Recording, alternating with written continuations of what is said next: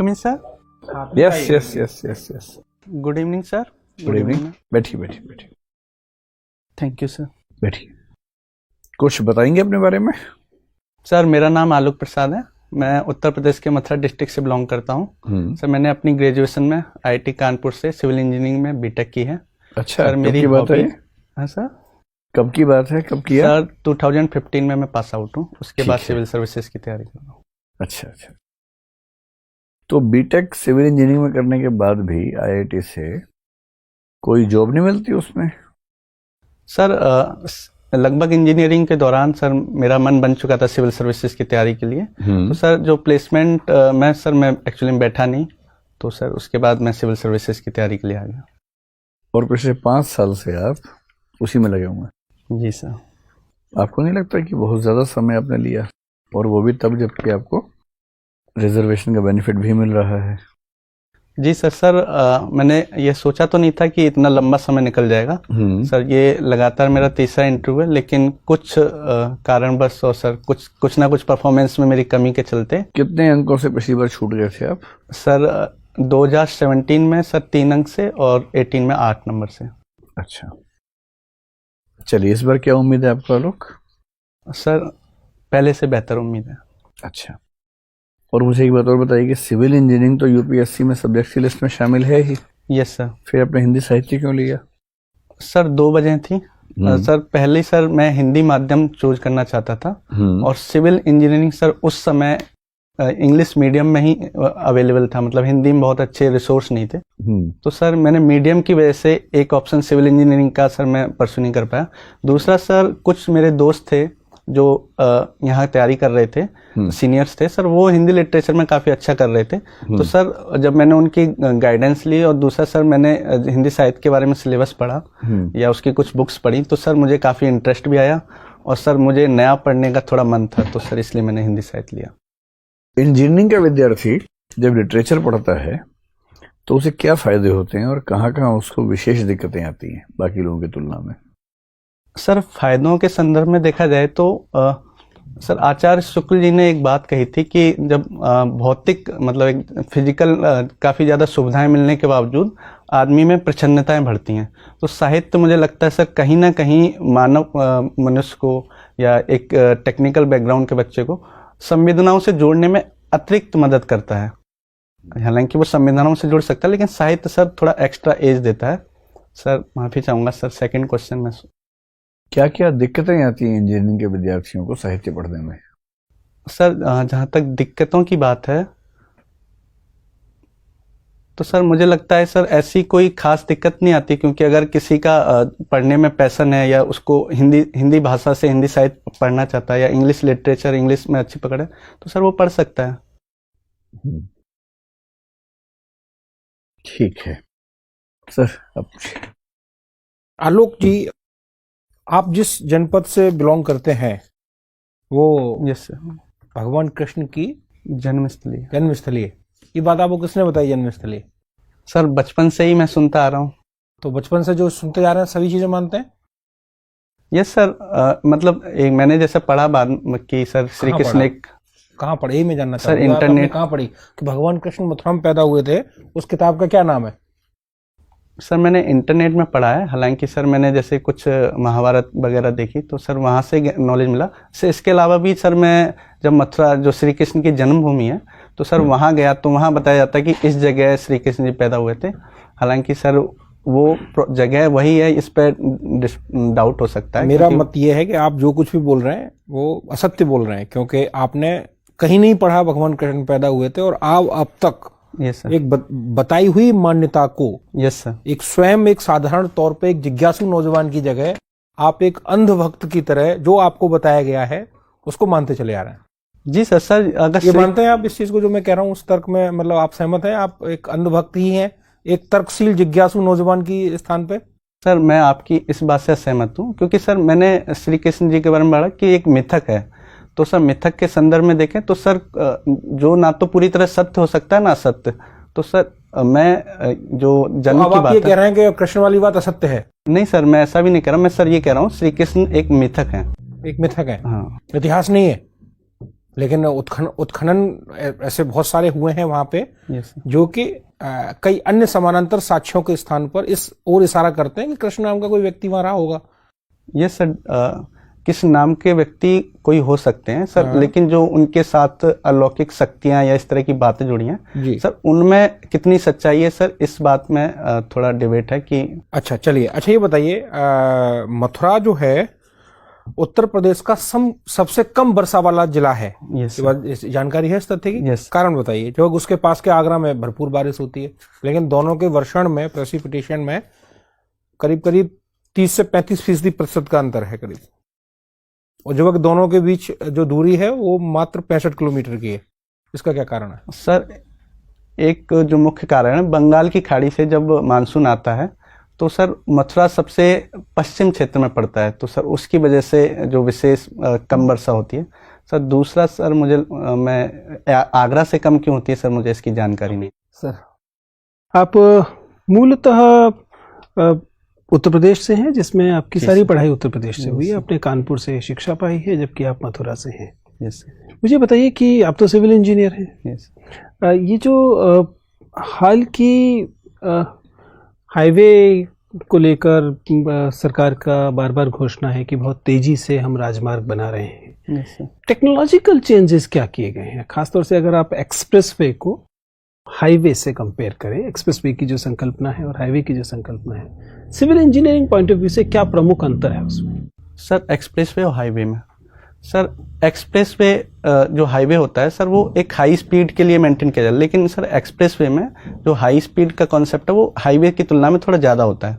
जैसे कि sir highway में लगभग 100 किलोमीटर पर आवर की स्पीड मानी जाती है, लेकिन एक्सप्रेसवे में 120 किलोमीटर तक आप उसको परमिट होता है सर। दूसरा सर, हाईवे में सर मेनली जो कई सारे स्टेट भी कनेक्ट हो सकते हैं सर। एक्सप्रेसवे में मेनली सर 2 स्थानों को कनेक्ट करने के लिए बनाया जाता है, जैसे कि सर यमुना एक्सप्रेसवे है, वो नोएडा और आगरा को कनेक्ट कर रहा है सर। इसके अलावा सर टेक्नोलॉजिकल दृष्टि से देखें तो सर हाईवे में जो रोड बनाया जाता है सर, वहाँ नॉर्मली सर बिटुमिन का प्रयोग ज़्यादा किया जाता है, लेकिन कहीं कहीं कंक्रीट दिखाई देता है। लेकिन सर एक्सप्रेसवे में लगभग हम सबसे ज़्यादा कंक्रीट जो आरसीसी रोड है सर, उसको प्रेफर कर रहे हैं। क्यूबिक क्यूबिंग पसंद करते हैं आप? Yes sir. मुझे बताइए, आप तो इंजीनियरिंग भी करके आए हुए हैं, जो उसके एक्सेस पर जो जॉइंट होता है ताकि दोनों तरफ की मूवमेंट हो सके, वो कौन सा जॉइंट होता है?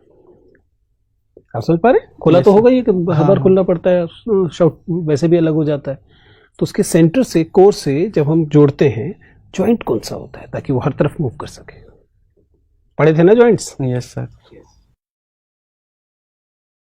सर सॉरी सर, मैं अभी रिकॉल नहीं कर पा रहा हूँ। चलिए कोई बात नहीं। गॉड्स एल्गोरिथम क्या होता है सर?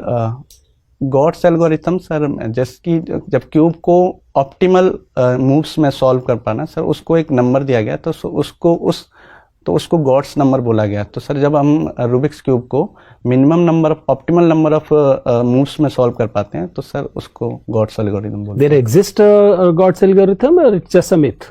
सर ऐसा पहले देखा गया सर कि मिनिमम नंबर ऑफ जो मूव्स थे वो पहले लगभग 26 थे, फिर 22 हुए, अभी लगभग 20 हैं। तो सर हम लगातार कम से कम मूव्स में बढ़ रहे हैं, लगभग अभी हैरानी की क्या बात है? जिस एल्गोरिथम से हम स्क्रैम्बल करते हैं उसको ठीक रिवर्स कर दें तो फ्यूएस्ट नंबर हो जाएगा। इसे गॉड्स एल्गोरिथम क्यों कहते हैं? आप समझ पा रहे हैं? Yes sir. जिन एल्गोरिथम को आप स्क्रैम्बल करने में करेंगे उसमें इन्वर्स लगाते जाइए तो वापस आ जाएगा। सर ऐसा हो सकता है कि जब जैसा आपने कहा रिवर्स लगाएं, तो सर वो number of count, number of moves ज्यादा हो सकते हैं, जबकि जो सर गॉड्स में सर आप उससे भी कम मूव्स में सॉल्व कर सकते हैं। मुझे बताइए 3x3 पे पैरिटी क्यों नहीं होता, 4x4 में होता है? सोचा है कभी? पैरिटी मालूम है? Yes sir, parity. सर अगर 4x4 में देखें तो सर उसमें जो ऊपर वाली लेयर होता है, बीच में सर दो क्यूब्स का सर जॉइंट बनता है सर। एग्जैक्ट रीजन सर मुझे बताइए। आईआईटीएंस बहुत अच्छे क्यूबर रहे हैं। Yes sir. शुभम बंसल और आकाश रुपेला, इन दोनों में क्या मतलब, क्यों इन दोनों को ने लगातार 2 साल तक, 3 साल तक WCA टॉप किया है इंडिया में? क्या है, आप देखिए स्टाइल उनकी। No sir. नाम सुना है? Yes sir. क्या रैंक है इनके? सर इंडिया में जो गिनीज वर्ल्ड रिकॉर्ड में शिवम बंसल और सर रुसिल दलाल जैसे कुछ लोग बेस्ट क्या रैंक बताइए, सर आपका क्या रैंक है? सर मैंने सर किसी कंपटीशन में पार्टिसिपेट नहीं किया है, मैं खुद से करता हूँ। चलिए कोई बात नहीं। साहित्य आपका विषय है, मुझे सिर्फ इतना बताइए कि आपके पाठ्यक्रम में कौन कौन दलित आलोचक हैं? सर डॉक्टर धर्मवीर पाठ्यक्रम में मेंशन है ना? सर पाठ्यक्रम में दलित आलोचक नहीं है सर। दलित रचनाकार कोई? सेकंड पेपर पूरा पढ़ा होगा? Yes sir. है कोई? सर दलित रचनाकार भी नहीं है। मनु भंडारी के अलावा कोई स्त्री रचनाकार? Yes sir. Usha Priyambada.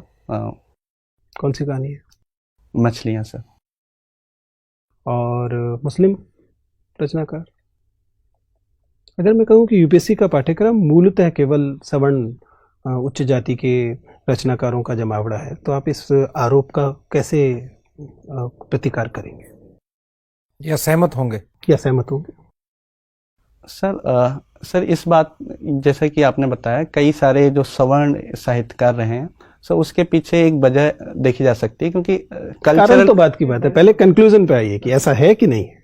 Sir yes sir, काफी जो पुराने समय में देखें लगभग 19 हम तो आधुनिक रचनाकारों की भी बात कर रहे हैं। आधुनिक रचनाकार में तो पर्याप्त रचनाकार हैं। सर मैक्सिमम नंबर ऑफ रचनाकार सवर्ण हैं, लेकिन अभी देखें तो सर उसमें काफी सारी महिलाएं या दलितों का भी प्रवेश हुआ है।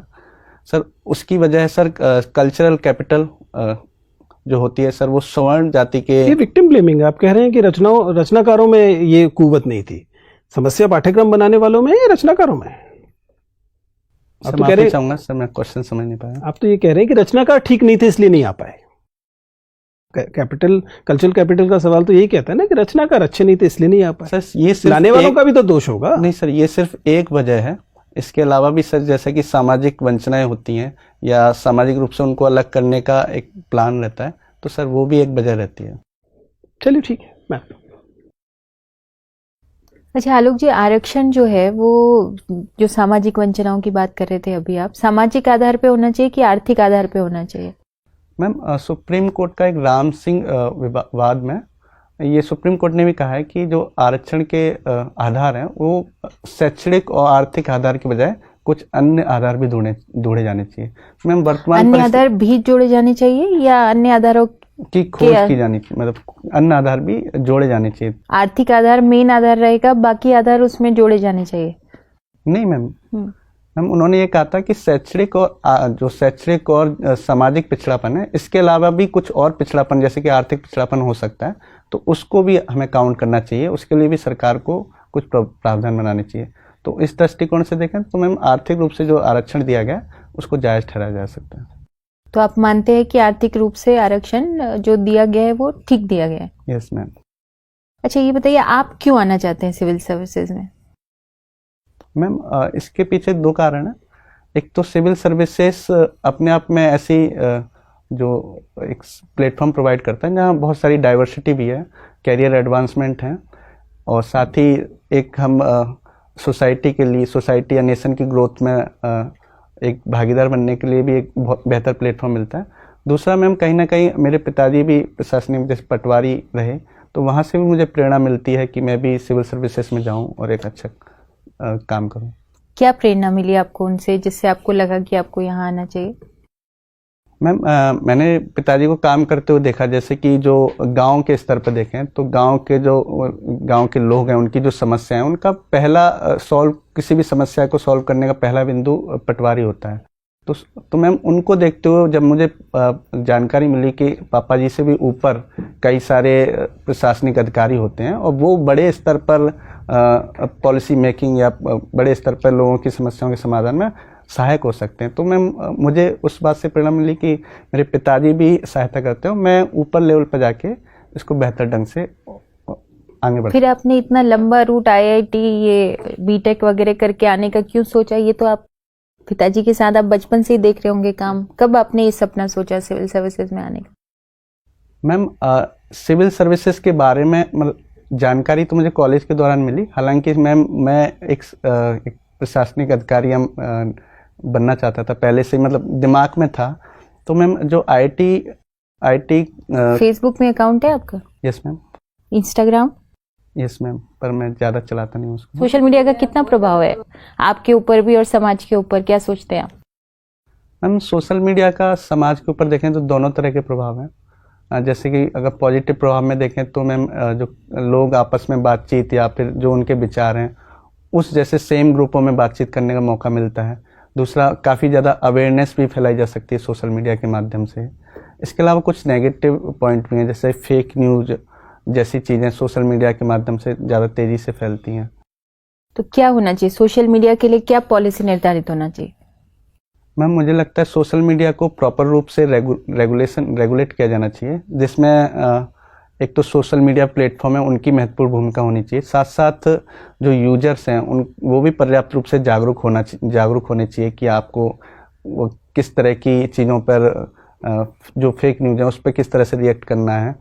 और तीसरे स्तर पर गवर्नमेंट भी इस संदर्भ में कुछ बेहतर रूप से निगरानी, जैसे कि कुछ फेक न्यूज़ कौन फैला रहा है इस बात में निगरानी की जा सकती ताकि जो क्या लगता है आपको? आपने बोला कि इसको रेगुलेट किया जाना चाहिए, तो कैसे करेंगे इसको रेगुलेट? मैम जैसे कि जो अगर फेसबुक वगैरह के जो डाटा सेंटर हैं जैसे कि वो बाहर हैं, तो कहीं ना कहीं डाटा के बिना हमें रेगुलेट करना काफ़ी मुश्किल होगा। तो इसलिए अगर हम डाटा को भारत में स्टोर कर पाएँ, जैसे कि मैम जो डाटा बिल आया उसमें इस तरह की बातें की गई हैं, तो अगर हमारे पास डाटा होगा तो हम बेहतर तरीके से रेगुलेट कर पाएंगे। नहीं, ये दोनों अलग बातें हो गई। अगर पर दूसरी बात ये भी हो गई कि अगर कोई रेगुलेट करे तो मुझे लगेगा कि भाई ये मेरे अधिकार का हनन है, तो उसको रेगुलेट बिल्कुल नहीं किया जाना चाहिए इस तरह का जो अभिव्यक्ति के प्लेटफॉर्म से। पर आप कहते हैं कि उसमें रेगुलेशन लाना चाहिए, तो आपको नहीं लगता कि ये स्वतंत्रता को बाधित करेगा? रेगुलेशन ऐसा होना चाहिए जिससे स्वतंत्रता बाधित ना हो। जैसे कि मैम हमारे आर्टिकल 19 में भी अभिव्यक्ति की स्वतंत्रता है, किंतु उसके साथ कुछ ना कुछ रीजनेबल रिस्ट्रिक्शन है। तो मैम इस तरह से रेगुलेट किया जाए कि आपकी स्वतंत्रता भी रहे और लेकिन कुछ रीजनेबल रिस्ट्रिक्शन के प्रावधान भी हो। ठीक है।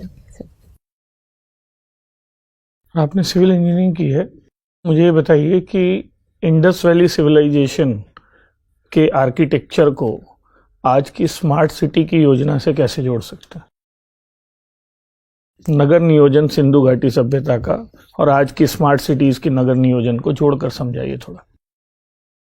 सर जो इंडस वैली सिविलाइजेशन में देखें तो जो सिटीज़ थी वहाँ स्वच्छता काफ़ी ज़्यादा थी, जो नालियाँ थी उसके लिए वो प्रॉपर रूप से बनी हुई थी। चलिए पहली चीज हो गई ड्रेनेज सिस्टम। हाँ चलिए दूसरा ऐसे स्पेसिफिक बताइए। दूसरा सर जो इंडस वैली सिविलाइजेशन में पानी को स्टोर करने के लिए बेहतर प्रावधान थे, तो सर उसको भी हम स्मार्ट सिटी में।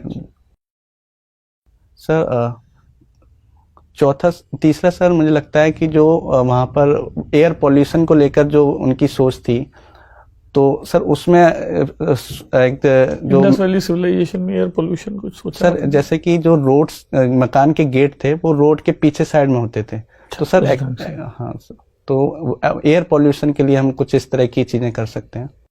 और मैंने आपको रोड प्लानिंग, बिल्डिंग प्लानिंग, समकोण पर काटना, यस सर, किलेबंदी, ये सब चीजें, कम्युनिटी लाइफ। जी सर, थैंक यू सर। हाँ, जो उनका रोड सिस्टम था वो काफी ज्यादा प्लान था। एक शब्द आपके सिलेबस में भी है और आजकल चर्चा में, अंतर्राष्ट्रीय नैतिकता। Yes sir. तो अंतर्राष्ट्रीय नैतिकता के अंतर्गत कौन से ऐसे वैश्विक संसाधन हैं जिसे मानवता के संसाधन कहा गया है, रिसोर्सेज फॉर मैनकाइंड, उस पर कोई देश कब्जा नहीं कर सकता? कौन कौन से ऐसे रिसोर्सेज या कौन कौन से ऐसे एरियाज हैं इंटरनेशनल एथिक्स में, इसी ढंग से इंटरनेशनल एथिक्स में? सर स्पेस, सर इन्वायरमेंट एक इंटरनेशनल एथिक्स से जुड़ता है। रिसोर्सेज में जैसे स्पेस आपने बोला, ठीक है, और सर जैसे कि जो सी लाइन ऑफ कम्युनिकेशन है समुद्र में, सर वहाँ फ्री वाटर। अच्छा, और सर जो अंटार्कटिक और आर्कटिक जिस पर वहाँ जो रिसर्च हो रहा है, तो सर इसमें देखा जा सकता है। और कोई मुद्दे जो अंतर्राष्ट्रीय नैतिकता से जोड़ते हो रिसोर्सेज के अलावा?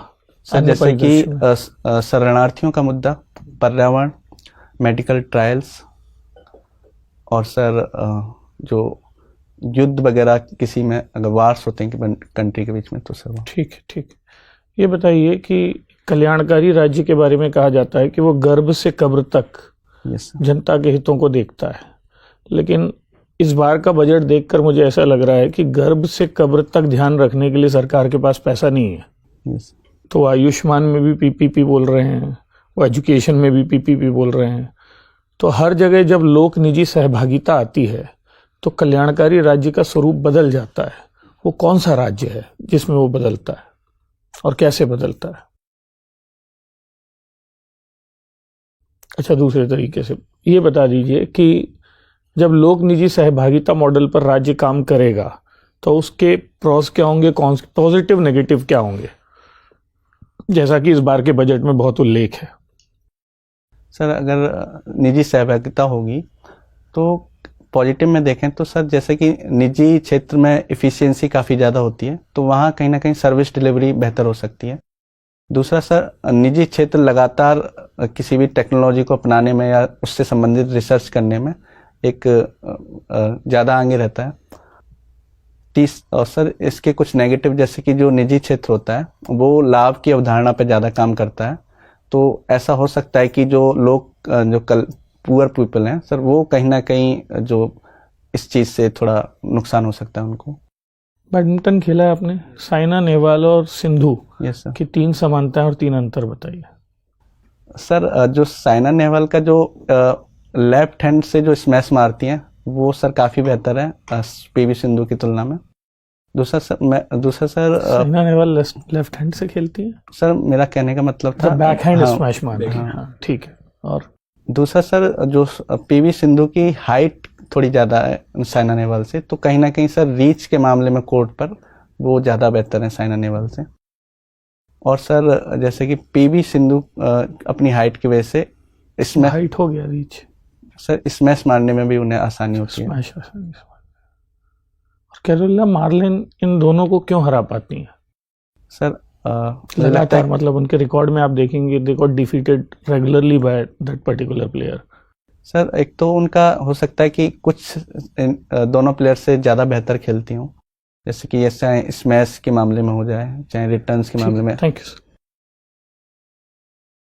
आलोक, अभी अयोध्या वाला मामला तो आपने देखा कि सुप्रीम कोर्ट की सहमति से सॉल्व हो ही गया है। Yes sir. अब मथुरा और काशी बाकी हैं, ऐसा कुछ लोग कहते हैं। यस आपका क्या स्टैंड है, इसके बाद क्या होना चाहिए मथुरा में और काशी में भी? सर, सरकार को कुछ करना चाहिए?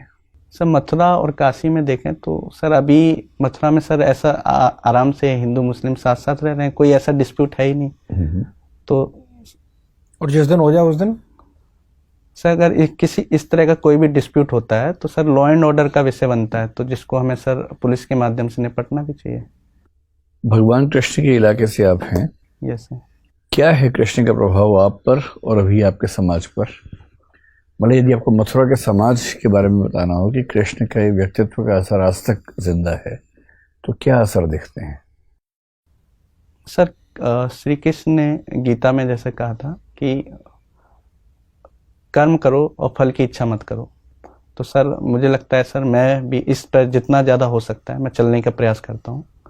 दूसरा सर, तो आप इंटरव्यू में उम्मीद नहीं कर रहे कुछ भी? सर, मैं कोशिश करता हूँ, हालांकि ये एब्सोल्यूट टर्म में सर लागू नहीं हो पाता।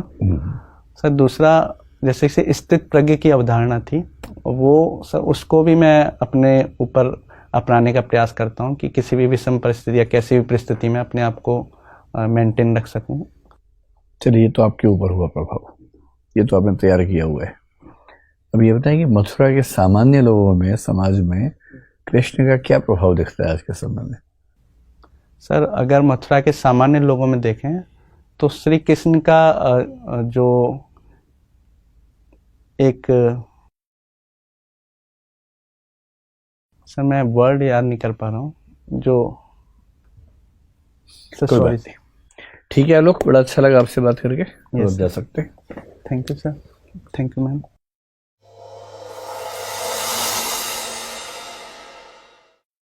मैं कहूँ सर? आइए बैठिए। Thank you sir. हेलो, पिछली बार कितने नंबर आए थे? सर, पहले दिया था ना इंटरव्यू, हमारे यहाँ भी दिया था। पहले मेरे साथ इंटरव्यू दिया है ना हाँ आपने? सर, 2 क्या बार। कितना नंबर आया था? सर वहाँ 17 में सर 162 था और 18 में 154। कम हुआ क्यों? सर 18 में सर जो क्वेश्चन पूछे गए वो एक भी मतलब ना करंट से था ना डेप्थ से था, एक तरह से इनडायरेक्ट टाइप के क्वेश्चन थे, तो वो एक वजह थी। और सर जब मैंने पिछली बार हॉबी भी पजल सॉल्विंग भरी थी, रीजन यही था रूबिक्स क्यूबिक, किंतु सर पजल में डाइवर्स चला गया, ये सर एक प्रॉब्लम। रूबिक पढ़ लिया ना ठीक से? हाँ देख लोगे ना? हाँ वैसे सर, पूछा सर तो आपको- इतना ज्यादा नहीं जाएगा, लेकिन हाँ फिर सर भी। आप ठीक लग रहा है लोग, ड्रेसिंग सेंस तुम्हारी बढ़िया, एकदम फिट, एक्सप्रेशन बहुत बढ़िया है, बातें ठीक से हैंडल कर रहे हो, स्पेशली क्रॉस क्वेश्चंस को भी आप हैंडल ठीक से कर रहे हैं। वो बड़ा मुश्किल होता है, लेकिन आपने अच्छे से हैंडल किया है। आईएएस क्यों बनना चाहते हो, इसके जवाब में थोड़ा सा कंफ्यूजन लग रहा था, थोड़ा और क्लैरिटी की अपेक्षा थी। आपने शायद पूछा था ना ये सवाल। बाकी मुझे तो कुल मिला के बड़ा शानदार लगा, मतलब लाइवली भी हो, थोड़ा सा और अगर हो सके तो और अच्छी बात है, नहीं तो मतलब इस परफॉर्मेंस पे बड़ी बात नहीं कि 180-190 की रेंज आपको मिली जाए, है ना। कोई संयोग भी है थोड़ी भूमिका, अदरवाइज तो ठीक है। मेंस कैसा हुआ इस बार? सर हिंदी साहित्य का ज़्यादा बेटर हुआ है पिछली बार से, और जीएस पे तुलनात्मक रूप से बेटर हुआ है। बहुत बढ़िया है, फिर तो अच्छा है आपका, बहुत अच्छा है, प्रेजेंस बहुत अच्छा है, पर्सनालिटी अच्छी है, बोलते आप अच्छा हो, बीच में स्माइल भी करते हो, सब कुछ अच्छा है। ये सारी चीज़ें अगर आपने ध्यान में रख ली ना तो बिल्कुल, ऑलरेडी 2 बार आप इंटरव्यू दे चुके हो, यहीं पर मॉक में इतनी बार तैयारी कर चुके हो, तो अभी आपकी तैयारी दिखाई देती है, वो तैयारी काम में आएगी उधर, क्योंकि कॉन्फिडेंस बढ़ जाता है उससे। तो आपका कॉन्फिडेंस अच्छा है। थोड़ा एक आध बार बहुत भारी उत्तर नहीं भी दे सकते, जैसे कृष्ण का आप जो सामने श्री करते हो कृष्ण ना, मुझे आता भी नहीं है, नहीं तो मेरा थोड़ा इंटरेस्ट ही नहीं है सिंपल। सर। अगर तुम दुर्भाग्य से मथुरा से हो तो भाई करना पड़ेगा, पढ़ना पड़ेगा, कृष्ण को थोड़ा पढ़ लो। इंटरेस्ट भी नहीं, नहीं है मेरा, उसमें सर आपने मुझे, फिल्म मैंने के आज बारे तक में पढ़ लो। महाभारत भी नहीं देखी सर, मुझे मैं बोलना समझ जरूर गया है। था, मैंने पूछा आपने नहीं। जैसे ये कहा कि मेरे अंदर क्या क्या बताया था, तो कहीं निष्काम कर्म स्थित प्रज्ञ है, थोड़ा ज्यादा भारी भरकम हो गया। सर उसके अलावा मिलता भी नहीं मुझे कुछ। बोलो मैं बहुत लाइवली हूँ सर वो शब्द याद नहीं आ रहा था सर, आपने जो लोकरंजन, पूछा हाँ, था ना, प्रसन्न रहता हूँ, लाइवली रहता हूँ, स्ट्रेटेजिक हूँ। जैसे राम में उतनी स्ट्रेटेजी नहीं है जितनी कृष्ण में दिखती है स्ट्रेटेजी। ये सर दोस्तों का मददगार हूँ, किसी दोस्त को दिक्कत है सबसे पहले पहुंच जाता हूँ, ये सब इस है। टाइप की बातें, छोटी छोटी सर बातें ये हैं। मैंने तैयार किए थे, मैं भूल गया था। और मथुरा के लोगों में क्या खास बात है सर, मथुरा के लोग बहुत बिंदास और मस्त बस किस्म के कृष्ण लोग भी हैं। यही थे। जो मौज मस्ती की संस्कृति हमारे यहाँ है वो कृष्ण से ही कहीं ना कहीं कितना अच्छा linked उत्तर है। है। सर मैं कहना यही चाहता था, पर जो लोक रंजन इस तरह का कुछ शब्द ढूंढना चाहता था वो आया ही नहीं मेरे नहीं तो दिमाग शब्द में। नहीं ढूंढो ना, ना तो सही, अटको आनंद मत तो उस आएगा, पे, मस्ती तो क्योंकि- आएगा, ये सब तो और अक्सर आखिरी उत्तर में ऐसा कर देना बड़ा खराब है, वो आखिरी प्रश्न था। और दूसरा अगर शब्द ढूंढोगे तो उससे लगेगा कि आप कुछ तैयार करके आए थे जो यहाँ पर भूल गए हो। और सहज तौर पे बोलो, ज्यादा दिमाग मत आपके लगाओ। विचारों में तो उसके लिए ऑल्टरनेटिव शब्द कुछ ना कुछ मिल जाएगा ना, जब भी कुछ नहीं आपका बोलो, बांसुरी बजाना पसंद करता हूँ, मैं म्यूजिक पसंद करता हूँ, कृष्ण से मैंने संगीत सीखा है, यस शरारतें सीखी हैं, हाँ ये सब बोलिए। बढ़िया, but you are promising candidate है कुछ। Will do better. हाँ इस बार होगा यार कुछ बढ़िया होगा। चलिए, शुभकामनाएं। Thank you. All the best.